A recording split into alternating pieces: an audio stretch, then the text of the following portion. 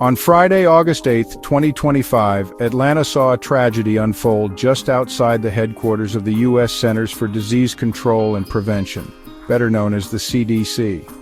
It started like any ordinary afternoon near Emory University, but everything changed around 4:50 p.m. Police received reports of an active shooter at Emory Point CVS, right by the CDC campus. When officers arrived, they found chaos. Multiple shots had been fired, some even hitting the CDC buildings themselves. The gunman, whose motives are still being pieced together, was already at the scene, and by the time the dust settled, 2 people were dead, a police officer, David Rose, and the shooter himself.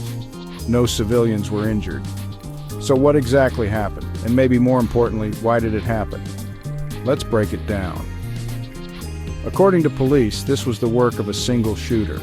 He was found shot at the scene, but it's still unclear whether he was killed by law enforcement or if it was self-inflicted. Now, the CDC is no stranger to controversy, especially in recent years. One theory being looked at by law enforcement is that the gunman believed a coronavirus vaccine had made him sick. That's not confirmed, but it gives us a window into his possible state of mind. Apparently, his own father had called the police earlier that day, worried that his son was suicidal. That call may have been one of the first warning signs. As shots rang out, Emory University sent out a chilling alert on social media: active shooter on Emory Atlanta campus at Emory Point CVS. Run, hide, fight. That message saved lives, urging people to take cover and avoid the danger zone. Inside the CDC, employees sheltered in place, not knowing what was happening or when it would end. And in the aftermath, the CDC's director, Susan Monterez, said the whole community was heartbroken. She praised the quick response from DeKalb County Police, CDC, security, and Emory University, saying their actions prevented a much bigger tragedy. In fact, thanks to their efforts, no civilians were hurt and no further damage was done beyond those terrifying moments. As for what's next, the investigation is ongoing, and the CDC has asked employees to work remotely for a while as authorities piece together what happened and why.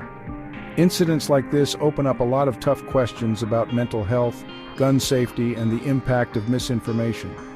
The fact that a place devoted to public health became a target is unsettling, and it reminds me how important it is to take care of each other, especially when signs of crisis show up. Officer David Rose is being remembered as a hero who put himself in harm's way to protect others.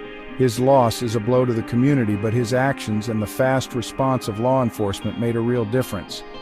This tragedy is a stark reminder. Even in places dedicated to saving lives, violence can strike. The challenge now is to learn from what happened, support those affected, and focus on preventing future tragedies, no matter where they might happen. Thanks for watching. If you want more updates on developing stories like this, hit subscribe and stay informed.